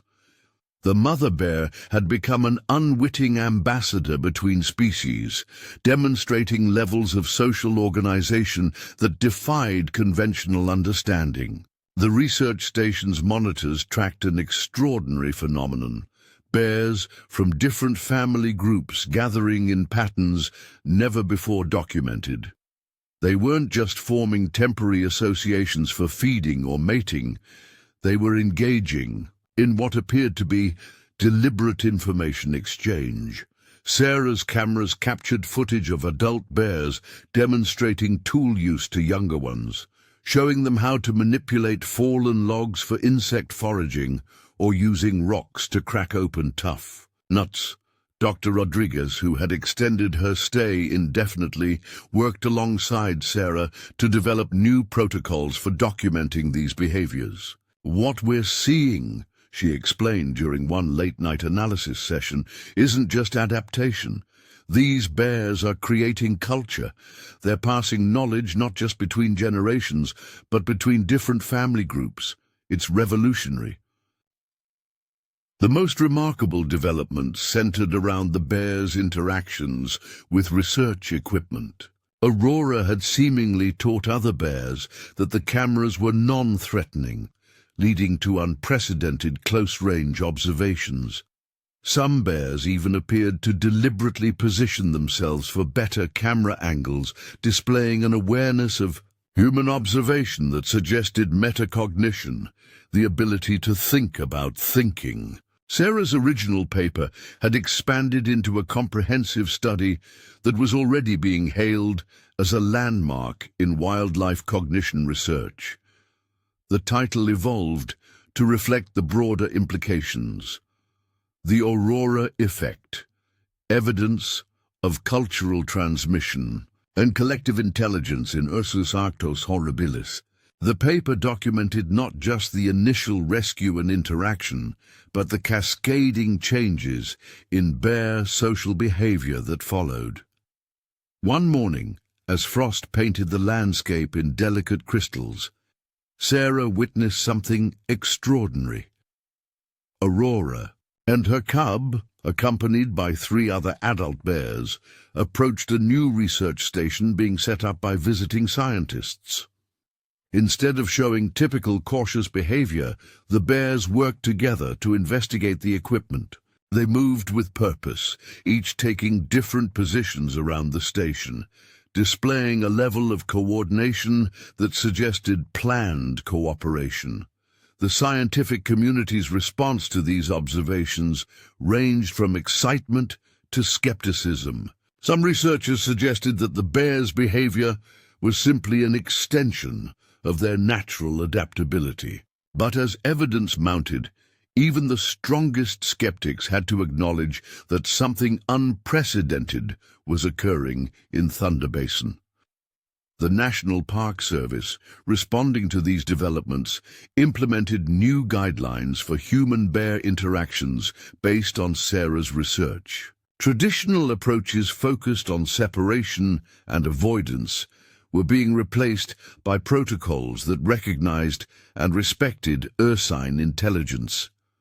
Warning signs now included information about bear cognition and consciousness, encouraging visitors to view these creatures not as threats to be feared, but as intelligent beings worthy of respect and understanding.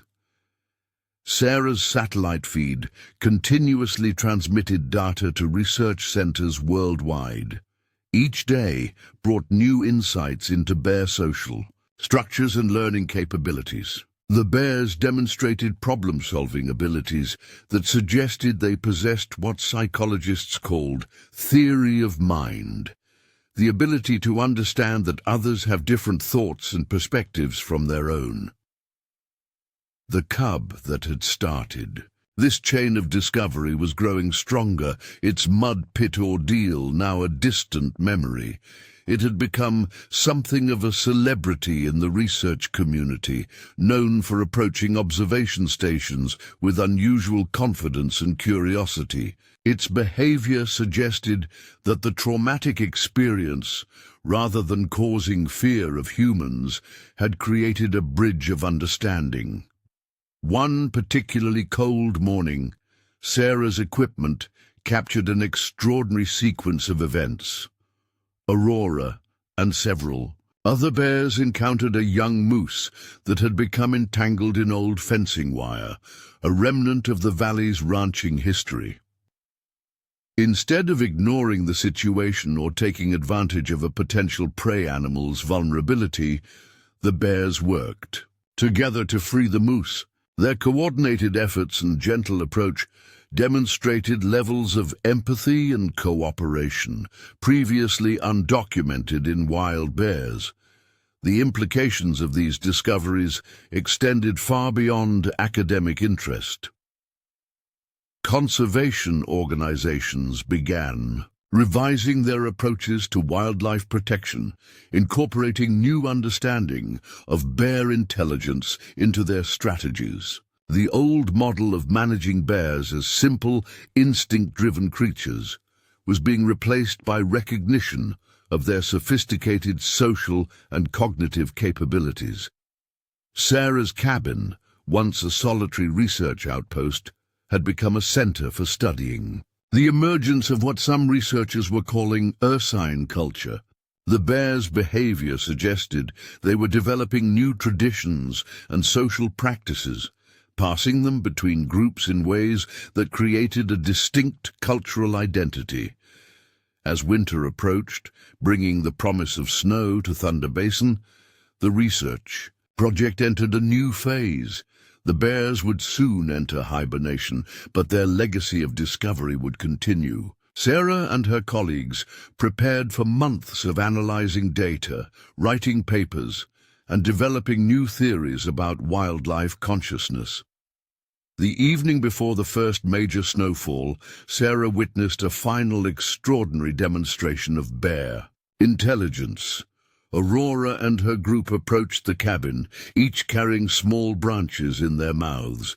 In what appeared to be a deliberate display, they arranged the branches in a pattern before the cabin's main camera. The formation, when viewed from above, created a rough circle, a shape that echoed the collaborative gatherings the bears had been forming throughout the autumn.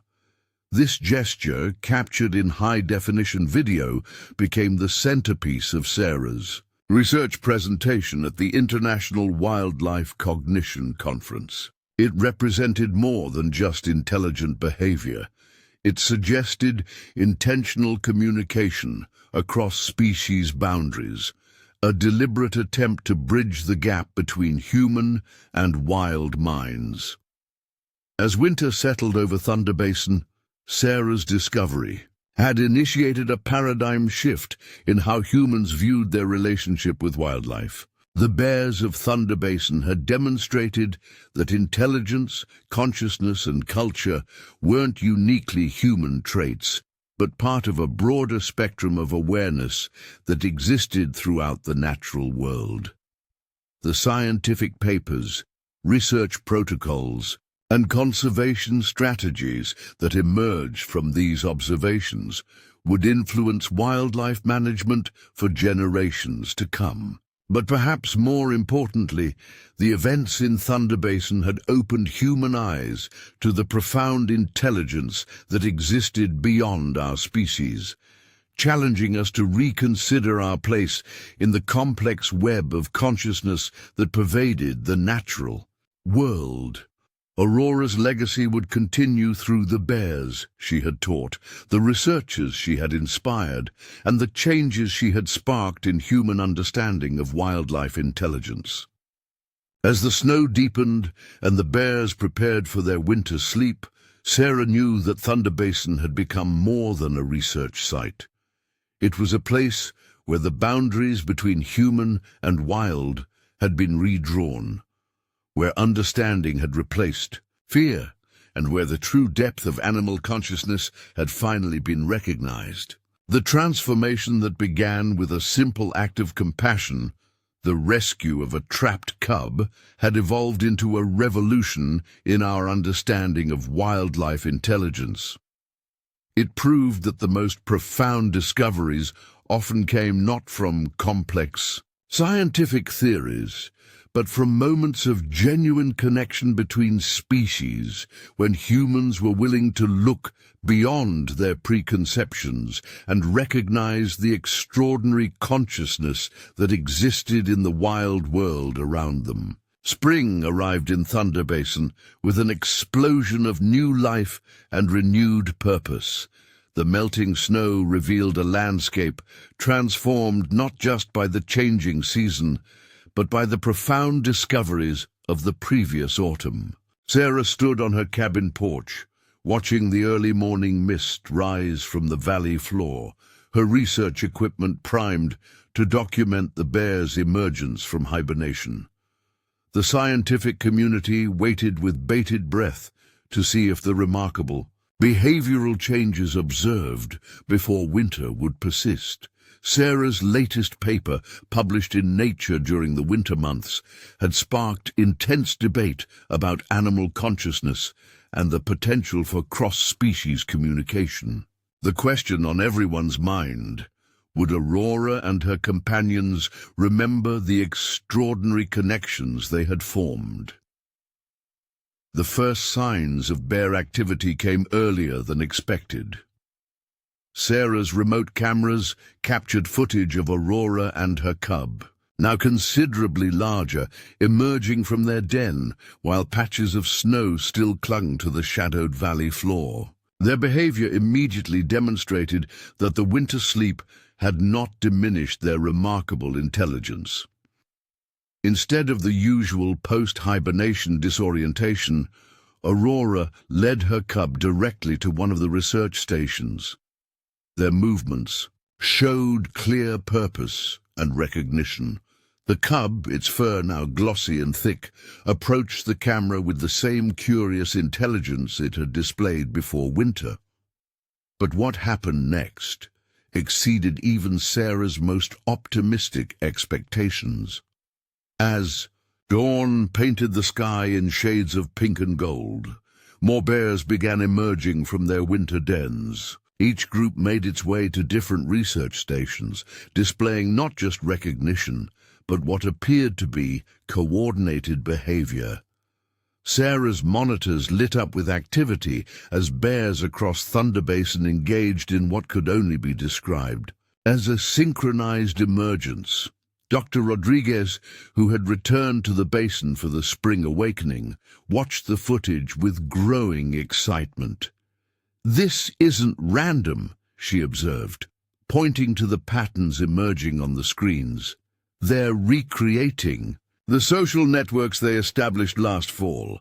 This proves the behavior wasn't temporary. They've developed a genuine culture." The bears' spring behavior revealed new depths of intelligence and social organization. They began establishing what researchers termed learning circles, groups where adult bears demonstrated complex behaviors to younger ones. These sessions included tool use, social interaction patterns, and surprisingly sophisticated problem-solving techniques. Sarah's documentation captured unprecedented scenes: bears using fallen logs as bridges to cross swollen spring streams, showing younger bears how to test ice thickness with their paws, and even developing new hunting techniques that involved cooperative effort. These behaviors weren't just adaptations, they represented genuine innovation and cultural transmission. The most remarkable development came when Aurora's group encountered a new research team setting up additional monitoring equipment. Instead of showing typical avoidance behavior, the bears approached in a carefully orchestrated pattern that demonstrated both trust and boundaries. They maintained a respectful distance while clearly showing interest in the human activity. This interaction led to a breakthrough in understanding bear communication. Sarah and her team began documenting a complex system of vocalizations and body language that seemed specifically developed for bear-human interactions. It was as if the bears had created their own diplomatic protocol for cross-species encounters. The international media descended on Thunder Basin, drawn by reports of these extraordinary developments. Sarah found herself balancing research duties with interviews, carefully managing access to protect both the bears and the integrity of her studies. The world was captivated by footage of bears displaying levels of intelligence that challenged every preconception about wildlife consciousness. One particularly memorable morning, Sarah witnessed Aurora teaching her cub a behavior that left even the most skeptical researchers speechless. The mother bear demonstrated how to use a fallen branch to rake berries from thorny bushes, a tool-use behavior never before documented in wild bears.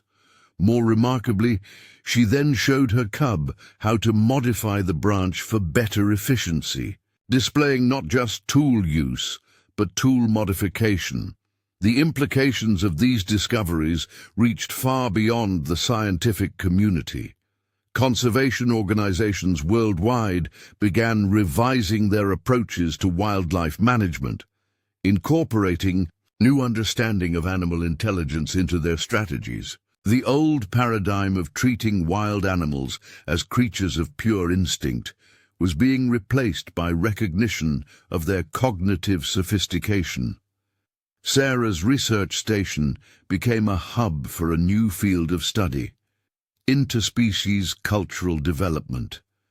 Researchers from diverse disciplines, biology, psychology, anthropology, and even linguistics, gathered to study the emerging bear culture of Thunder Basin. Each day brought new insights into the depths of animal consciousness and the potential for meaningful cross-species communication. The bears' behavior continued to evolve in surprising ways. They began showing evidence of mathematical thinking, demonstrating understanding of spatial relationships and quantity that suggested cognitive abilities far beyond what was previously attributed to wild animals. Aurora's group was observed arranging objects in patterns that suggested counting and basic geometry. As spring progressed, the basin's bear population developed what appeared to be a structured social system for interacting with human researchers. Different bears took on specific roles. Some acted as lookouts, others as teachers for younger bears, and some specialized in demonstrating new behaviors to the group. This organization suggested levels of social complexity previously thought impossible in non-primate species. Sarah's ongoing documentation revealed that the bears were not just learning from humans, they were actively teaching each other and developing their own innovations.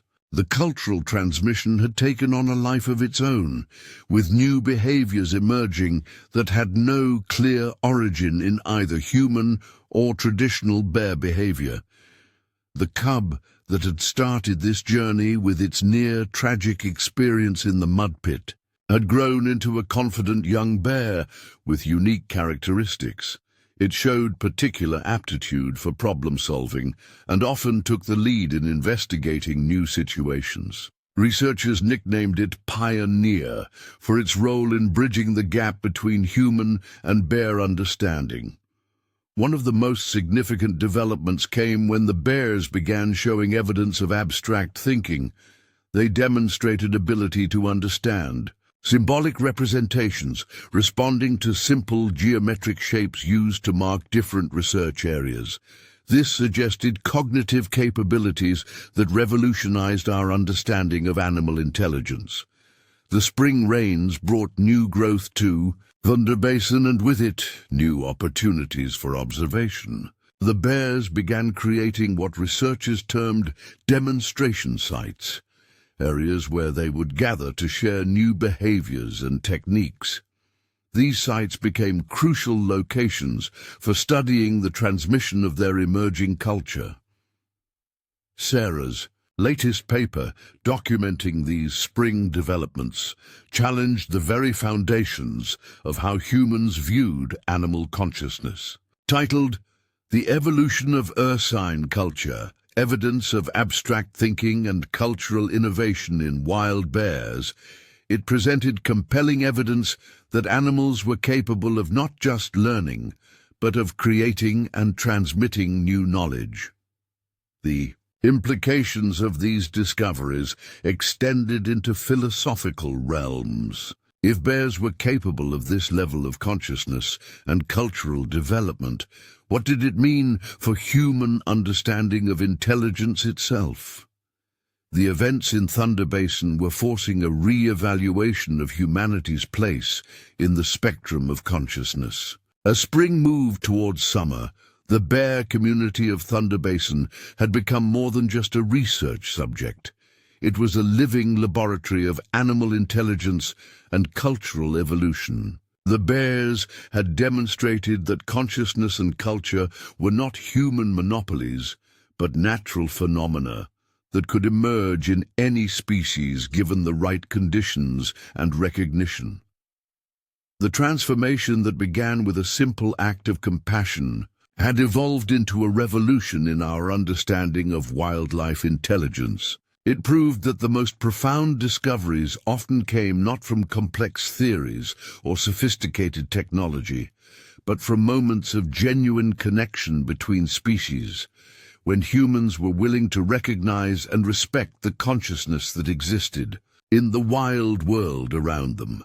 The legacy of Thunder Basin's remarkable bear community continued to evolve, transforming our understanding of wildlife consciousness in ways that would influence generations to come. 1 year after Sarah's fateful encounter with Aurora, the valley had become a living testament to the extraordinary possibilities that emerged when humans opened their minds to the true depth of animal intelligence.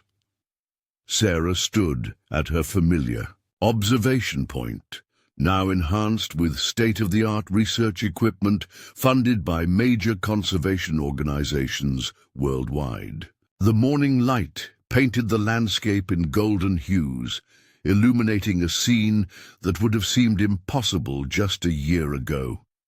Below, Aurora and her now adolescent cub led a group of younger bears through what researchers had termed an intelligence demonstration. The international scientific community had officially recognized Thunder Basin as the world's first documented site of spontaneous cultural evolution in wild bears. Sarah's research had sparked a revolution in wildlife studies, leading to the establishment of similar observation sites across the globe. Reports began flowing in from different continents, bears in Russia, Canada, and Japan showing signs of accelerated learning and social development. What made Thunder Basin unique wasn't just the bears' remarkable behavior, but the way their influence had spread beyond their species.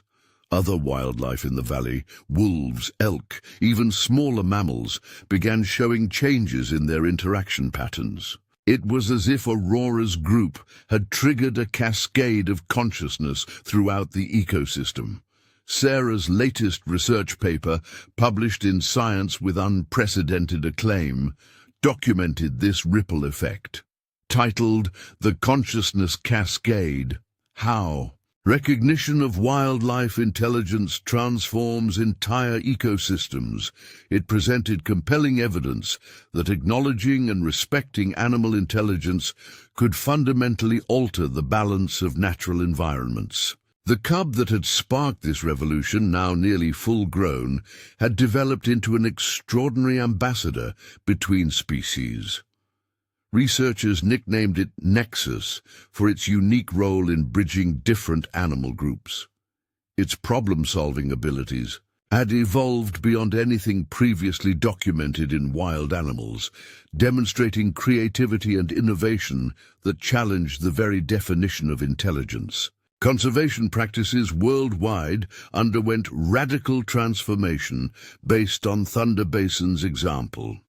The old model of treating wildlife as creatures to be managed and controlled was replaced by an approach that recognized and respected their intellectual and emotional capabilities. protected areas were redesigned to facilitate natural learning and cultural development among animal populations. One morning, as dawn broke over the valley, Sarah witnessed something that embodied everything her research had revealed.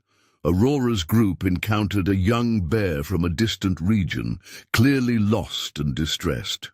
Instead of showing territorial aggression, the bears engaged in what could only be described as a coordinated rescue and integration operation. They not only welcomed the newcomer, but began actively teaching it their accumulated knowledge. This event crystallized the profound implications of Sarah's discoveries. The bears weren't just demonstrating intelligence. They were showing compassion, empathy, and sophisticated social organization. These qualities, once considered uniquely human, were proving to be fundamental aspects of consciousness that transcended species boundaries. The impact extended far beyond academic circles. Public understanding of wildlife underwent a dramatic shift. Visitors to national parks and wildlife areas approached encounters with new respect and awareness. The fear and mistrust that had often characterized human-wildlife interactions began to dissolve, replaced by a deeper appreciation for animal consciousness. Sarah's work attracted attention from unexpected quarters. Philosophers, psychologists, and even religious leaders began visiting Thunder Basin, drawn by the implications of her discoveries for human understanding of consciousness itself. The bears had demonstrated that intelligence and awareness existed on the spectrum that challenged traditional hierarchies of consciousness. As summer reached its peak, Sarah organized a groundbreaking conference in Thunder Basin, bringing together researchers from diverse fields to witness and study the bears' remarkable society. The valley became a living laboratory where the boundaries between human and animal consciousness blurred and reformed in ways that expanded our understanding of both. Aurora's influence continued to grow, her teaching methods becoming more sophisticated with each passing season.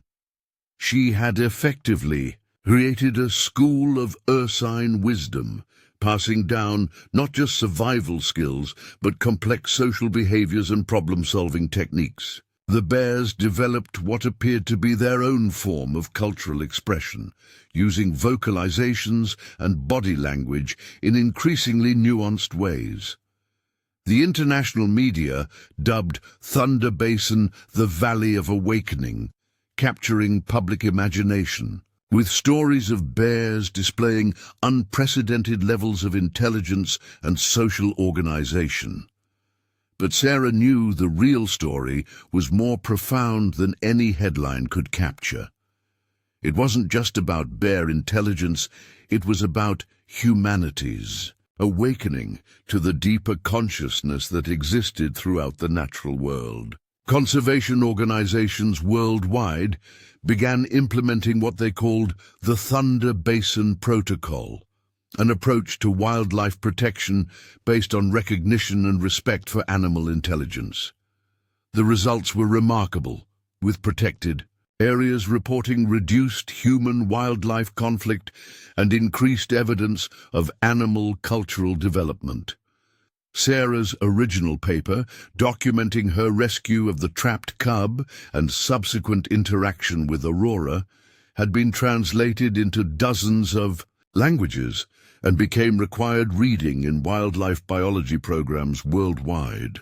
But more importantly, it sparked a fundamental shift in how humans viewed their relationship with the natural world.